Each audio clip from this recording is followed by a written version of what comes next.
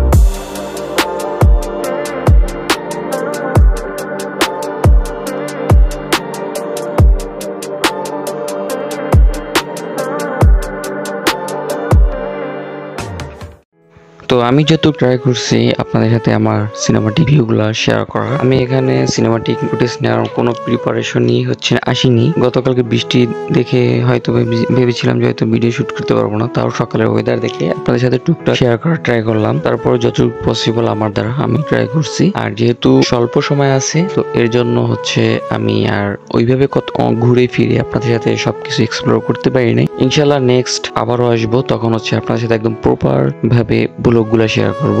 এখন যাচ্ছি চলে, কারণ আমি অলরেডি একদিন স্টে করে ফেলছি এখানে, তো আমার হাতে আর সময় নেই। কাজের ফাঁকে হচ্ছে একটু ভ্রমণ করলাম, তো এখন হচ্ছে আমি আবার রিটার্ন চলে যাচ্ছি। ইনশাল্লাহ ভেরি সুন আবার আসবো, তখন আপনাদের সাথে খুব ভালো ভালো ফুটেজ শেয়ার করব। এখন আমি আপনাদের উদ্দেশ্যে কিছু কথা বলতে চাই। যারা এখন বাইক নিয়ে কুয়াকাটা আসতে যাচ্ছেন, কুয়াকাটা আসার জন্য কিছু পথ মহিপুর থেকে শুরু হয়। বেসিক্যালি রাস্তা খুবই জঘন্যতম খারাপ, আর যেহেতু বৃষ্টি পড়তেছে এর কারণে আরো অনেক খারাপ রাস্তার কন্ডিশন।